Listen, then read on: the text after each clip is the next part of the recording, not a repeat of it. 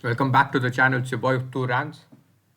I'll be reviewing the weekend fixtures from all around the world.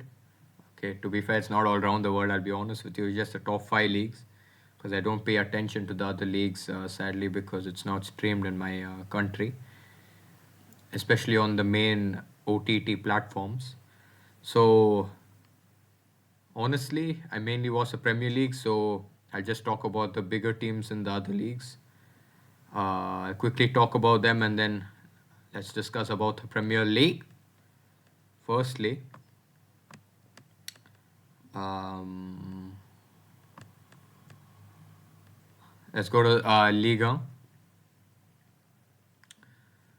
Here in Liga, obviously PSG won their game final against Rennes. A dominating display by PSG, given that they did lose their last fixture. This was a big game for PSG where they had to win because Lens have been on a tremendous run in the last few games. And given that they are in first place, a victory here puts them just 1 point behind Lens. Um, and given the other teams, how inconsistent they have been, like Marseille, Lille, Lyon, Rennes, um, it's good to see that Lens have been picking up wins and putting the pressure, piling on the pressure on Paris Saint-Germain uh, at this stage of the season, going head to head against them, um, trying to hopefully by the end of end of the season for them eclipse PSG to win the Liga. That will be it is a daunting challenge for them. Let's see how they do go about things later on in the season. And for PSG, I do see the priorities being in the Champions League, trying to go back to back, trying to win the Champions League back to back. Um, and also given their injury record this season, losing a lot of crucial players in so far in the season, losing Dembele twice, losing Desire Doué twice, losing João Neves for a brief period, losing Fabian Ruiz, Marquinhos, Nuno Mendes, Achraf Hakimi, Kvaratskhelia, basically losing almost every single of the starting player. Even Willian Pacho, I think, was injured, giving Beraldo and Zabarni the chance to play in centre back for PSG this season. Given the amount of injuries that they have faced, it just shows Luis Enrique's philosophy is just tremendous, given how he's integrated their youth into the team, like Mbai and Dijanto, Mayulu. Obviously, he was part of the team last year. Wasn't given a long rope last year, but this year he's been able to carry on the brief run that he did get last season, and he's been decent for PSG so far this season, filling in different positions for the players that have gone down through injury. But PSG, obviously, I do expect them to wrap up the season by April next year. I don't think Lens will be able to carry on this form, but it will be interesting. It would be interesting if Lens could carry on this form until the latter part of next season to see how far they can push PSG, and maybe even if they could pip them, it would be a tremendous feat, given how dominant PSG have been in the Liga over the years, as well as how strong a team that they have been over the last 1.5 seasons. Moving on to the Serie A, this is one of the most competitive leagues, honestly. Last night, Napoli got the better of Juventus. 2-1 victory thanks to Rasmus Højlund brace. The bum couldn't score even one goal for Man United, but somehow he's able to score 2 goals now for Napoli against Juventus. He's the number one joke man, that Danish pastry joke of a thing. Anyhow, let's not rant on that bum. Um, Inter Milan, obviously, they've found a lot of form in the last few games and have also been very good in the Champions League so far. They do have an interesting matchup this midweek facing Liverpool in the Champions League, but we'll talk about that in the next video. But AC Milan, obviously, they have a game in hand. They face Torino tonight. A win tonight against Torino will put them top of the Serie A. And just look at how competitive it is.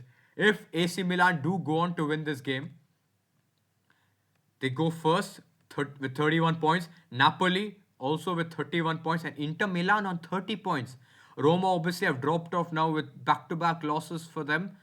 A loss against Cagliari means they're still on 27 points. A win there could have seen them also on 30 points, which should have meant that the top four would have been separated just by a point, which would have been crazy.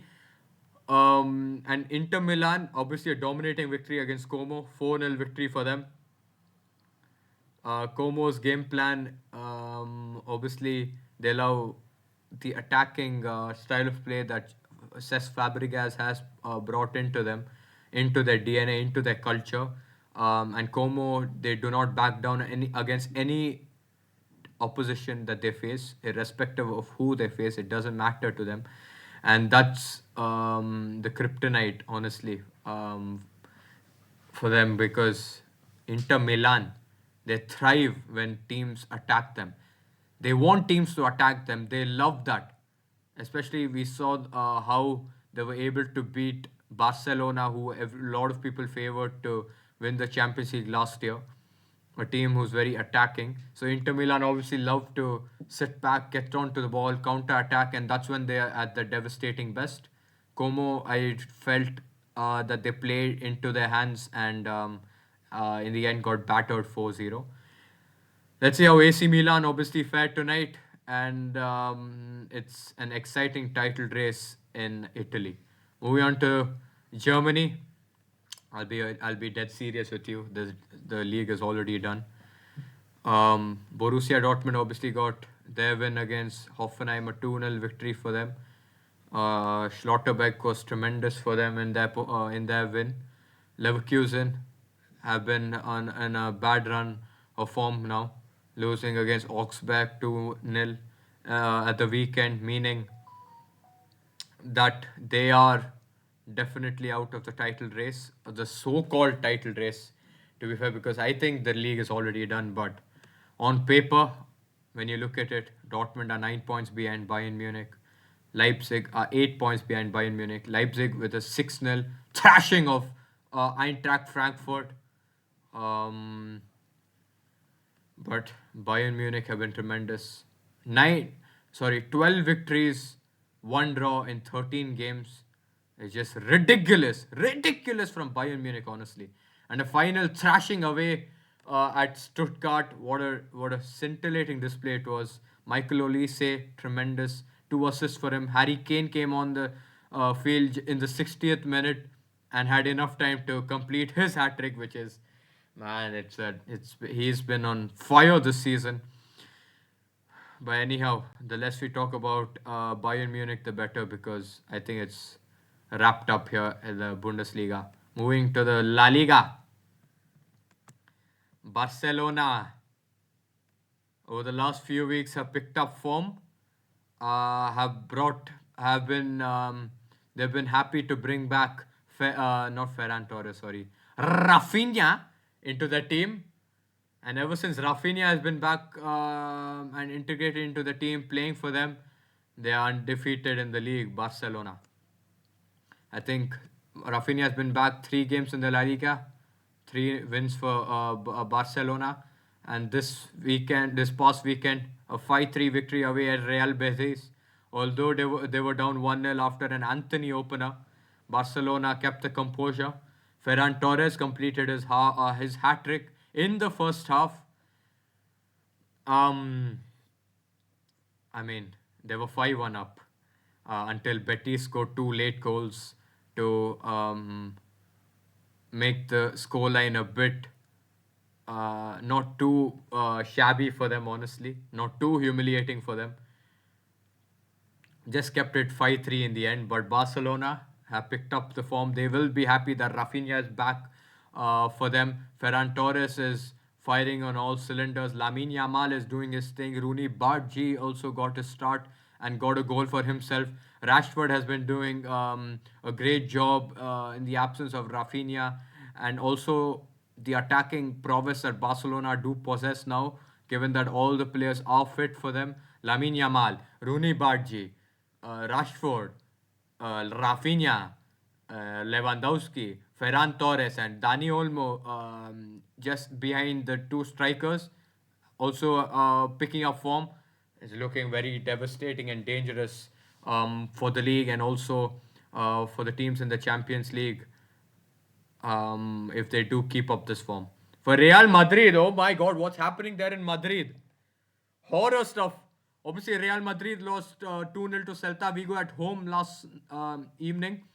And also, Atletico Madrid lost to Bilbao. Sorry, they don't like to be called Bilbao anymore. So, Athletic Club.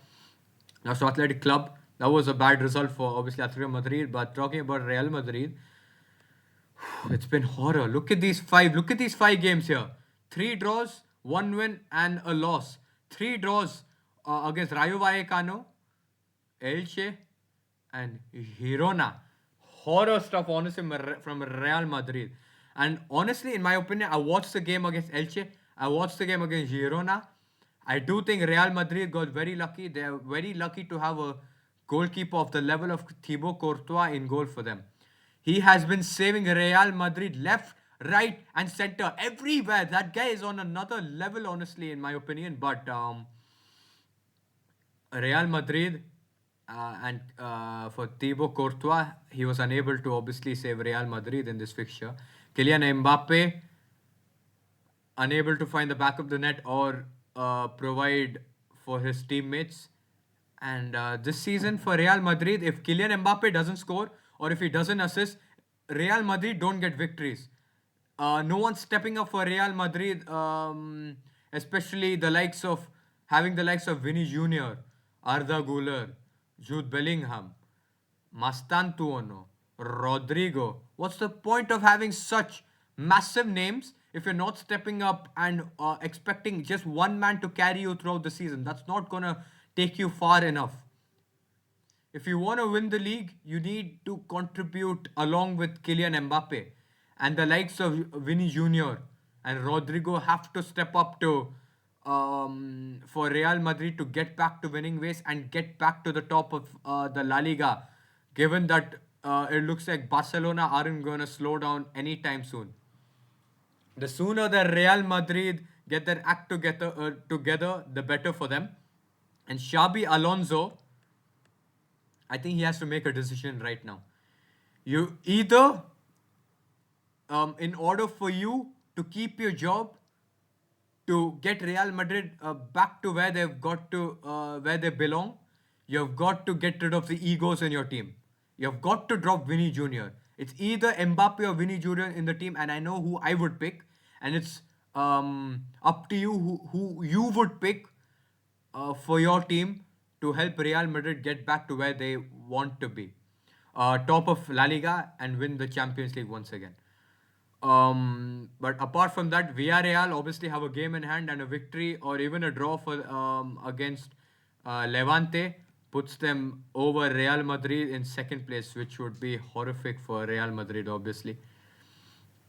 And it's up to Xabi Alonso as to how he would go on and carry on the season and how he would basically play with the egos in the Real Madrid dressing room. Next up, the Premier League. What a week it was.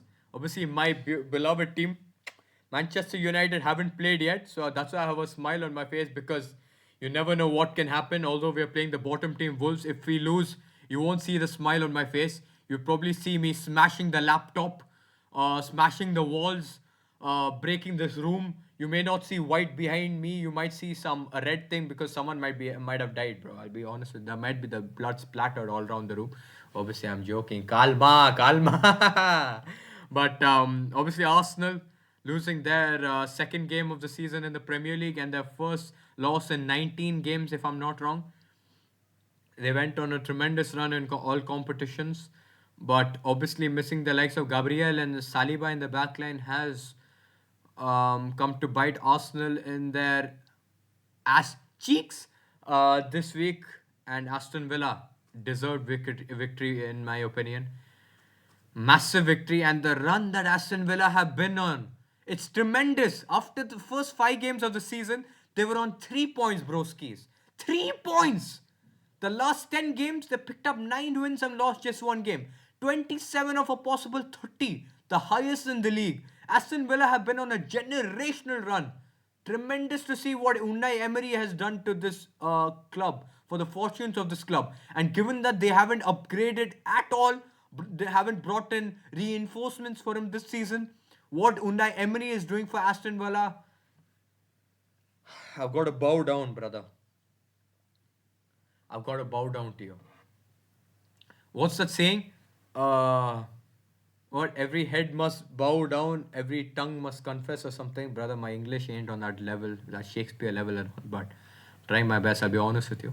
But anyhow, Manchester City was 7 points off the top 2 game weeks ago, and are just 2 points of Arsenal at this current stage. Although they haven't looked convincing over the last in the last 2 fixtures, a 3-2 win against Leeds threw away a 2 goal advantage, and Phil Foden with a late winner for them in that game, and a 5-4 victory against Fulham in the game of the season, and probably one of the best games ever in the Premier League history. This past weekend was a easy victory for them, honestly, against Sunderland. I know they did ride their luck after after taking the lead, after going 2-0 up actually. In the second half, Sunderland were unlucky hitting the post, and Wilson Isidore missing some easy chances.